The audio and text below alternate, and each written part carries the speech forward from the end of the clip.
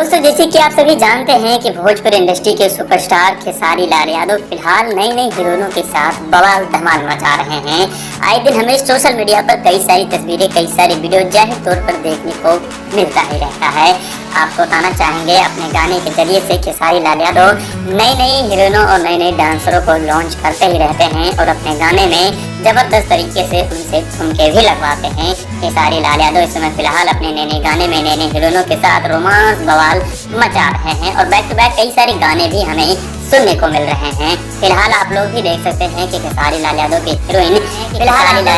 Heroine की gym के बाहर नजर आई है। एक हॉट अंदाज में आप लोग भी देख सकते हैं। फिलहाल उन्होंने खेसारी लाल यादव के साथ गाने में धमाल बवाल भी मचा चुकी हैं, जिन्हें आप सभी लोगों ने देखा ही होगा। इनका अंदाज लोगों को खूब ज्यादा पसंद आता है।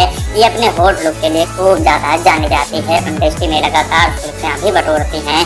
जैसे कि आप सभी जानते हैं कि आजकल भोजपुरी इंडस्ट्री में नई नई हीरोइनों, नए नए एक्टर्स को क्योंकि हमें देखने को मिल रहा है और उनका अंदाज दर्शकों के बीच में खूब ज्यादा पसंद भी किया जा रहा है। फिलहाल आप लोग भी देख सकते हैं।